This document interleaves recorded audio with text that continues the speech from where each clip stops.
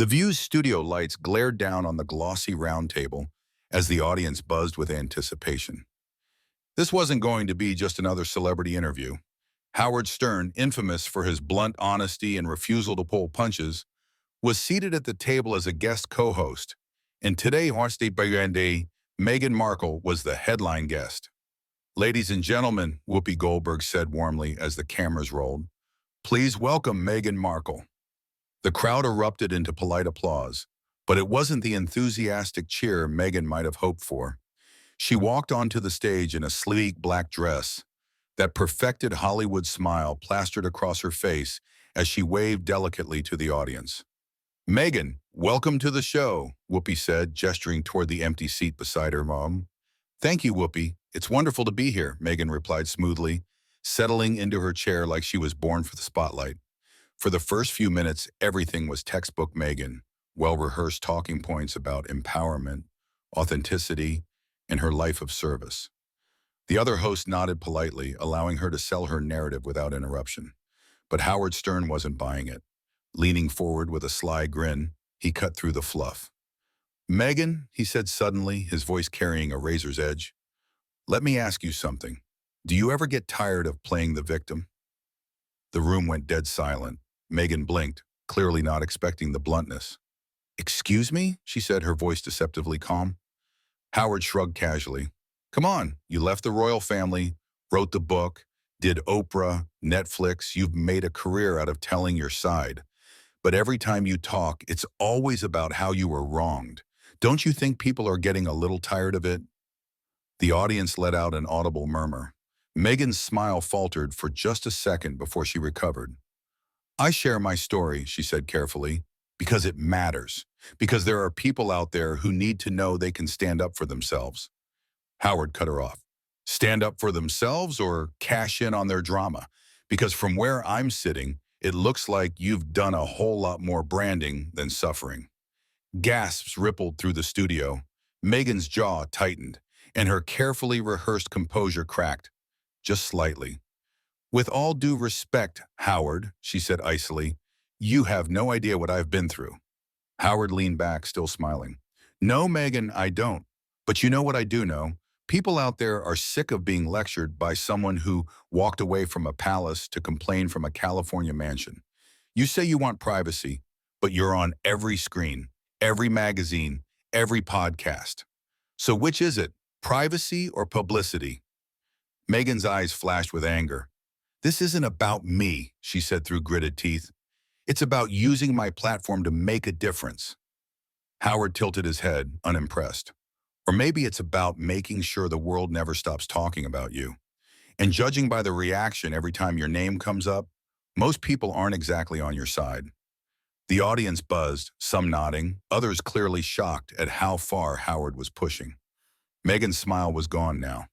The poised Duchess persona was slipping, replaced by the sharp, defensive edge that so many of her critics had come to recognize. And the interview had only just begun. Howard sat back in his chair, but his eyes stayed locked on Meghan. "You know what's funny," he said, voice dripping with sarcasm. "Every time you talk about being silenced or treated unfairly, it just makes people roll their eyes even more. It's like you genuinely can't see why people find you, let's just say, hard to like." The audience reacted with a low hum of agreement. Meghan's lips tightened into a polite smile that looked more like a grimace. "I think people misunderstand me," she replied coolly. "When you stand up for yourself, you'll always make others uncomfortable. I refuse to apologize for that." Howard laughed, shaking his head. "See, that's the thing. People don't dislike you because you stand up for yourself. They dislike you because you come across entitled, hypocritical, and out of touch. And instead of taking responsibility, you blame the press, the royal family, everyone but yourself." Gasps filled the studio. Meghan's posture stiffened as she sat up straighter, her hands clasping together tightly on the table. "I won't let people rewrite my life just to fit their narrative," she snapped. Howard leaned forward, his voice lowering but cutting like a knife. "Oh, Meghan, you're not fighting against a false narrative. You're fighting against the truth. People have had enough of the victim act. You left the royal family. Fine, you wanted freedom. Fine. But then you built an entire brand out of complaining about the very thing you chose to leave. The audience erupted into murmurs, some nodding, some visibly uncomfortable. Meghan opened her mouth, but Howard wasn't done. "You know what I think," he said, his tone firm. "You didn't leave because you hated the spotlight. You left because you wanted to control it. And now you're upset that people aren't worshiping you the way you thought they would." That struck a nerve. Meghan's eyes blazed with anger. "That's not true," she said sharply. "Isn't it?" Howard challenged, his brow raised. "Look around, Meghan. The world isn't cheering for you anymore. The polls, the headlines, they don't lie. People aren't buying what you're selling. And maybe, just maybe, it's because they see through it." The audience fell completely silent again, the tension thick enough to cut with a knife. For the first time, Meghan didn't immediately respond. Her lips pressed into a thin line, her carefully crafted poise visibly cracking under the pressure. Howard sat back with a satisfied smile. "See, Meghan, this is what happens when someone finally says what everyone else is thinking." The camera zoomed in on Meghan's face, still, tense, and unmistakably furious. And the audience knew this wasn't going to end peacefully. Meghan's carefully constructed smile was gone. Her jaw was tight, her shoulders stiff as she leaned forward slightly, eyes blazing at Howard Stern. The audience could sense it. This wasn't the media-trained Duchess anymore. This was the Meghan Markle critics always claimed to see. Cold, defensive, and ready to strike back. "You think you know me?" she said finally, her voice low but trembling with anger. "You think you can sit here on live television and pass judgment on my life, my marriage, my choices, as if you've lived a single day in my shoes?" Howard didn't flinch. If anything, he leaned in further, elbows resting casually on the table, eyes locked on hers with the calm assurance of a man who knew exactly how to get under someone's skin. "No, Meghan," he said, voice smooth but edged with steel. "I don't know you personally, but I do know this. People are tired of the act. They're tired of the endless interviews, the glossy documentaries, the tell-all book, all while you insist you just want to be left alone. That's not empowerment. That's hypocrisy." A low murmur ran through the studio. Several audience members nodded slightly, a few exchanging knowing glances. Meghan's hands curled tightly around the edge of the table, her knuckles white. "I speak out," she said sharply, her voice rising a notch, "because I refuse to be silenced. Because for too long, people like me have been vilified for simply existing outside of the mold they were expected to fit into. I won't apologize for telling my truth." Howard gave a short, humorless laugh, shaking his head. "Your truth, or your version of events, the one where you're always the hero and everyone else is the villain, because that's what it looks like to the rest of the world. People aren't stupid, Meghan. They see through it." Gasps rippled through the room. The tension was so thick you could almost feel it pressing down on the audience. Meghan inhaled sharply, her nostrils flaring ever so slightly as she struggled to keep her composure. "You have no idea the abuse I endured," she said finally, each word clipped and deliberate. Howard leaned back slightly, but the smirk never left his face. "Oh, I think people have a pretty good idea. They've heard it again and again and again from you.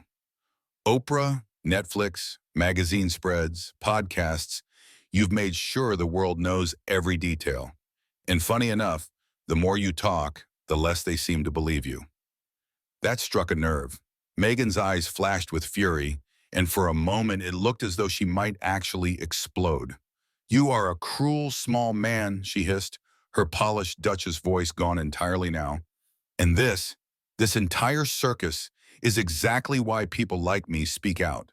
Because men like you think you can tear women down for sport." Howard raised an eyebrow, almost amused by her outburst. "No, Meghan, let's not twist this. I'm not tearing you down for sport. I'm doing what nobody else seems to have the guts to do, calling you out for what you are. Entitled, manipulative, and desperate to control the narrative while pretending to be the victim." The audience let out a collective gasp. Some people in the front row leaned back in their seats as though they were physically recoiling from the raw hostility crackling in the air. Meghan's hands were trembling slightly now, though she tried to hide it by interlacing her fingers tightly together. Her breathing had grown heavier, her face flushed as she glared at Howard with pure contempt. "You can sit there all you want," she spat, her voice shaking with a barely controlled rage, "acting like you're some kind of moral authority. But you're not. You're just another man with a platform who thinks cruelty makes him clever." Howard leaned forwards again, closing the distance between them across the table. His voice dropped, low and deliberate, every syllable designed to cut. "And you, Meghan, you're someone who wants the crown without the criticism. You left the royal family for freedom, for privacy, but you never really left, did you? You just traded one stage for another, and the world can see it." The audience was silent now, not a single cough or whisper breaking the stillness. Meghan's lips parted as if to reply, but nothing came out. For the first time since the interview began, she looked completely stunned, caught off guard not by a tabloid headline or a scripted question, but by raw, unfiltered truth. Howard sat back slowly, his expression calm, almost smug. "See, Meghan," he said softly but firmly, "this is what happens when someone finally says out loud what everyone else is thinking." The camera zoomed in on Meghan's face, flushed, tight-lipped, invisibly furious. Her once practiced composure had crumbled completely. And in that moment, the audience knew they weren't watching an interview anymore. They were watching Meghan Markle lose control. The studio felt like it had stopped breathing. Meghan sat frozen, her hands clasped tightly in her lap, knuckles white against the gleaming table. The cameras lingered on her face just a second too long, long enough for millions watching at home to see the cracks in her carefully constructed persona. Howard Stern leaned back in his chair, calm as ever, the ghost of a smirk tugging at the corner of his mouth. He had just said what so many had been thinking, and judging by the murmurs rippling through the crowd, the audience knew it too. Whoopi Goldberg, sensing the rising tension, shifted uncomfortably in her seat. "All right, let's all take a breath." But Howard wasn't finished. "No, Whoopi," Howard said firmly, eyes never leaving Meghan. "This is exactly the problem. Every time someone tries to hold Meghan accountable, the conversation gets redirected. Suddenly, it's all about how unfair everyone is to her. It's exhausting." A wave of whispers coursed through the audience. Meghan's lips tightened into a brittle smile, but her eyes betrayed her anger. "You seem to have a lot to say about me, Howard," Meghan said sharply, her voice cool but laced with venom.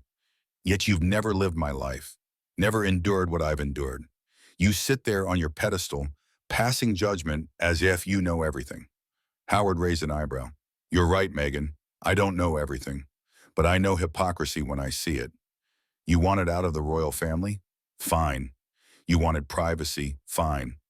But instead of living quietly, you've built a global brand out of victimhood, and people are tired of it." Gasps erupted from the audience. Meghan's polished smile was gone now, replaced by a cold, hard glare. "Maybe people are tired," she shot back, "because women like me refuse to stay silent anymore. We're not going to apologize for speaking our truth." Howard cut her off again, leaning forward across the table. "It's not speaking your truth, Meghan. It's rewriting history. Every time you open your mouth, it's the same story. How you were wronged, how you were silenced, how everyone else is the villain. People are starting to see through it, and it terrifies you." The audience let out a collective murmur, half in shock, half in agreement. Meghan sat up straighter, her voice rising with every word. "You think you know why I left, Howard? You think you understand what it's like to be under that kind of scrutiny? To be lied about, harassed, vilified?" Howard tilted his head, his tone cutting but calm. "Meghan, people would sympathize if it wasn't so obvious that you've turned it all into a business. You didn't just walk away from the palace. You sold your story, packaged it, and monetized it, again and again and again." The studio erupted into a mix of gasps and scattered applause. Meghan's hands gripped the table, her chest rising and falling rapidly. "How dare you?" she spat, her voice trembling with fury. Howard leaned in, his voice low and deliberate. "How dare I? No, Meghan. How dare you keep lecturing the world on compassion while showing none to the people you throw under the bus every chance you get. The late Queen, the royal family, even your own father. Everyone's a villain except you. A sharp intake of breath rippled through the audience. Several of the other hosts looked stunned, unsure whether to intervene. Meghan blinked rapidly, her eyes glistening, but it wasn't sadness. It was rage. "You don't get to decide my story," she snapped, her voice cracking ever so slightly. Howard didn't flinch. "I'm not deciding your story, Meghan. I'm just saying what millions of people already believe. You wanted freedom. You got it. But freedom doesn't mean immunity from criticism." The silence that followed was deafening. Meghan's lips pressed into a tight line, her face flushed. For the first time, she looked completely cornered, stripped of her usual poise and control. Howard leaned back slowly, a satisfied look on his face.